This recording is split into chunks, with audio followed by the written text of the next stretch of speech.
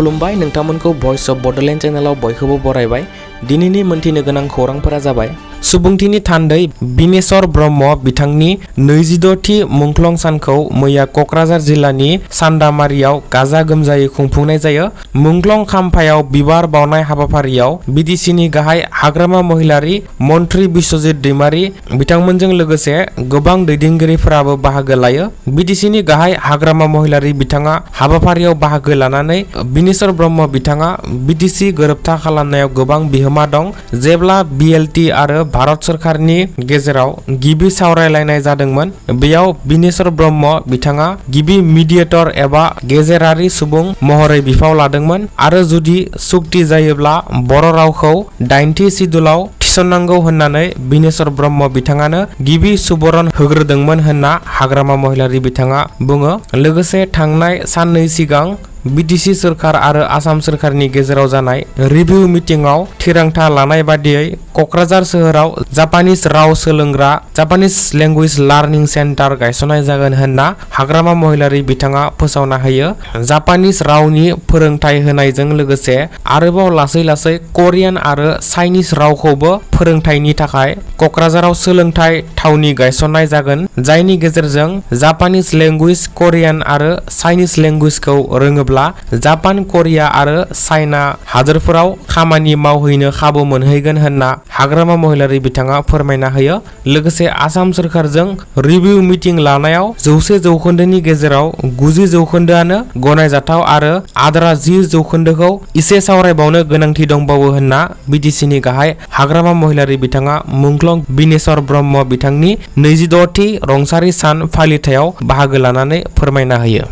दासान्दि हाग्रामा महिलारी बिथांनि दैदेननाय बिटिसि सोरखारा गोजौ थाखोनि सोलोंथाइ लानायाव रांनि आंखालजों जुजिगासिनो थानाय फरायसा फरायसुलिफोरनो रांनि मदद होनाय हाबाफारि लाबाय थानायखौ नुनो मोनदों। बेबादिनो कक्राझार जिल्ला रुपाथि नोगोरनि MBBS फरायफुबाय थानाय प्रनय ब्रह्म बिथांनो मैया हाग्रामा महिलारी बिथांनि बिथोनाव 2 लाख रांनि अनसुंथाइखौ गथायना होनाय जायो। बेबादिनो आरोबाव कारिगाव सान्तिपुर गामिनि अरुणाचल प्रदेश NIT आव फरायनाय फरायसा सोमावसार ब्रह्म बिथांनोबो 3 लाख रां अनसुंथाइ गथायनाय जायो। आरोबाव हिमाचल प्रदेशनि जवाहरलाल नेहरू गभर्नमेन्ट इन्जिनियारिं कलेजाव फरायनाय अनसायग्रा नार्जारी बिथांनोबो 4 लाख रांनि मदद अनसुंथाइ गथायनाय जायो।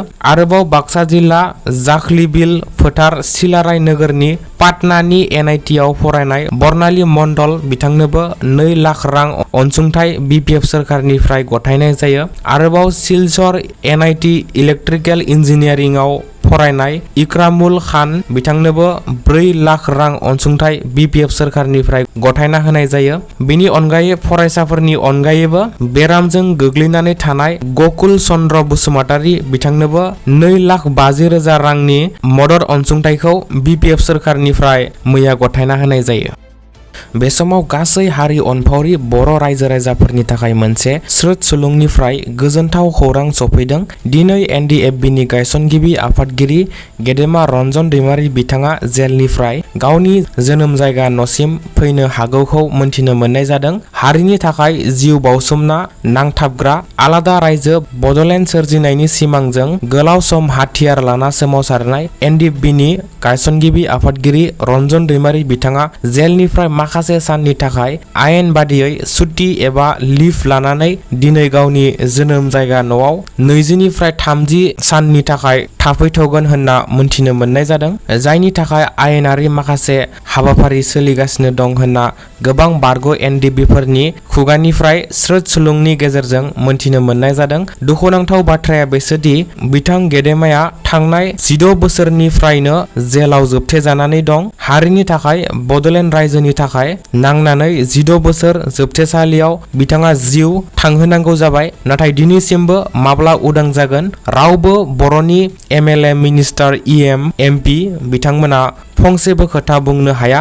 बिसायख'थि सफैब्ला बिथांनि मुं लाना बिथांखौ उदां खालामनायनि रायजो राजानिसिम नंखाय रादाय होफ्लाना भट बियो, नाथाय देरहालांनायनि उनाव गासैबो बिथां रन्जन दैमारीखौ बावगारजोबो। 16 बोसोर जेलाव जिउ बारलांबाय। BTC आव गंसे नङा गंनै सोरखार सोलायलांबाय नाथाय दिनैसिमबो जेबो बिथाङा गनायनि लामायाव फैनायखौ नुहुराखै। BTR गोरोबथानि दफानि गेजेरजों गोबां बारग' NDB बिथांमोनजों लोगोसे बिथां रन्जन दैमारिखौबो गसिगोन होनना राजखान्थिगिरिफोरा खोथा होदोंमोन आरो बिथांनिबो सागान लानानै BTR सुक्ति खालामदोंमोन। थांनाय BTC बिसायख'थियावबो BPF दोलोनिफ्रायबो सोरखाराव फैफिनब्ला रन्जन दैमारि बिथांखौ उदां अख्राङाव लाबोगोन होनना खोथा होनानै राजखान्थि गेलेदोंमोन नाथाय देरहाखांनायनि उनाव गासैबो बिथांखौ बावगारजोबनायखौ नुनो मोनो। बेफोरनि अनगायै गोजोनथाव रादाबा बेसोदि बिथां गेदेमा रन्जन दैमारिया दिनै नङाब्लाबो गाबोननि गेजेराव आयेन बादियै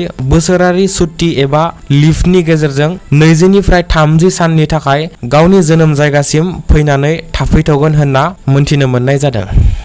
दासान्दि समाजारि बिजोङाव मिस इउनिभार्स इन्डिया बादायलायनायाव आसामखौ दैदेननाय पिंकी बसुमतारी बिथांखौ लानानै बर' समाजाव गोबां बेले बेजे बुजिलायनाय सोलिबाय थानायखौ नुनो मोनदों। आसामखौ दैदेननाय पिंकी बसुमतारी बिथाङा मिस पपुलार चेलेन्जआव देरहानानै मिस इउनिभार्स इन्डियानि टप 20 मासियाव जायगा आवग्रिनो थाखाय बर' रायजो राजाफोरनि भटनि गोनांथि जादों। बिथाङा बर' रायजो राजाफोरनिफ्राय भट बिनायखौ लानानै आरो भट होनाय होयैखौ लानानै माखासे दान्थे बिदान्थे सोलिनायखौ नुनो मोनदों। दासिम बर' हारिनिफ्राय साबेसे आइजोफोरखौ भट होनानै गोजौ फारसे बर' रायजो राजाफोरा दिखोना हरदों? बिसोर सासेबो दिनैसिम बर'नि सिनायथि गैला। थोंजों बुंनो थाङोब्ला गुबुन हारिनि हौवा लाबाय आरो दायो बिसोर बर' रावबो रायज्लायनो रोङा आरो बिसोरहा बर'नि सिनायथिबो गैला। बेफोरखौनो लानानै माखासे बर' रायजो राजाफोरा भट होनायखौ लानानै बेले बेजे सोमजिनायखौ नुनो मोनदों आरो लोगोसे बिथां पिंकी बसुमतारीया खौरां बिजोंनि मोगा मोगिनि गेजेरजों बुंनाय गोजाम बाथ्राफोरखौ लानानै बेले बेजे बुजिनाय सोमजिनायखौ नुनो मोनदों। पिंकी बसुमतारी बिथाङा दायो मिस इउनिभार्स टप 20 आव जायगा आवग्रिनो बर' रायजो राजाफोरनि भटनि गोनांथि जादों।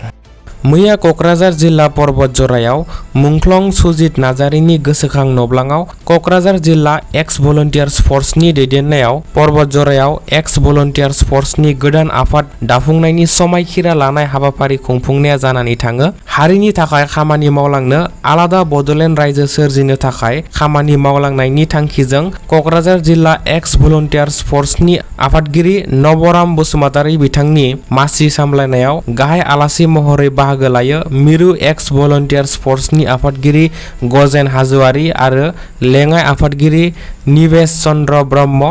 अल आसाम ट्राइबेल स्टुडेन्ट इउनियननि आफादगिरि हरेश्वर ब्रह्म बिथाङाबो समायखिरा लानाय हाबाफारियाव बाहागो लायो। अल बड' एक्स भलन्टियार्स फर्सनिफ्राय फोरमायनाय बादिब्ला भारत संबिजिरनि 2-3 आर्टिकेलनि गेजेरजों आलादा रायजो बड'लेण्ड सोरजिनांगौ होनना दाबि खालामबोगासिनो आरो बड'लेण्ड रायजो जायागौमानि नाजाबायनो थागोन होनना बिथांमोना फोरमायो। BTC सुक्ति जादोंब्लाबो बियो बर' हारिनि थाखाय थोजासे नङा। बर'नि थांखिया दिनैसिमबो जाफुङाखै। बड'फा उपेन्द्रनाथ ब्रह्मनि थांखि आलादा रायजो बड'लेण्ड मोनागौमानि बर' हारिया रैखाथि गैया आरो बर' हारिया बुहुमाव थांना थानोब्ला बड'लेण्ड सेपारेट स्टेटखौ नांथारगोन होनना फोरमायो। बेनिखायनो एक्स भलन्टियार्स फर्सआ सांग्रांथियारि हाबाफारि लागासिनो दं। बेखायनो गासैखौबो मदद खालामनो थाखाय खावलायो। 21 आगस्ट खालि चिरांनि काजलगावआव सेपारेट स्टेट बड'लेण्डखौ लानानै सावरायनाय हाबाफारि लागोन। बेखायनो गासैबो जिल्ला आन्सलिकफोरखौ 21 आगस्ट खालि चिरांनि काजलगावआव सावरायनाय जथुमायाव बाहागो लानो बयखौबो खावलायहरो। गोदो सोमावसारनायाव मुंख्लं जानायफोरनि थांखिफोरखौ जाफुंहोनो थाखायनो फिन आरोबाव सोमावसारनो ओंखारफिनदों होनना अल बड' एक्स भलन्टियार्स फर्सनिफ्राय फोरमायो। दुलाराय बर' फरायसा आफादनि मिशन होम रेस्किउ एन्ड रेस्टर हाबाफारिनि गेजेरजों खर'सा आसामाव दैबानाजों सिलिंखार जाजानाय नखरफोरखौ मदद खालामनो लानाय हाबाफारिया मैया जों 30 सानाव आगान होबाय। दुलाराय बर' फरायसा आफादनिफ्राय 150निबो बांसिन मावथि हानजाफोरा दासान्दि शिबसागर जिल्लायाव दैबानाजों सिलिंखार जाजानाय नखरफोरखौ मदद खालामनाया सोलिगासिनो, जायनि थाखाय एबसुनि लानाय हाबाफारिखौ नुनानै गासै आसाम नाङैनो गुबुन गुबुन हारिनिफ्रायबो दुलाराय बर' फरायसा आफादा बाख्नाय जानायखौ नुनो मोनदों। दिनैनि रादाबा एसेनोसै। बेबादिनो सानफ्रोमबो गोनां खौरां मोनबाय थानो थाखाय भइस अफ बड'लेण्ड चेनेलखौ साबस्क्राइब खालामना लायोब्लानो जाबाय। Thank you.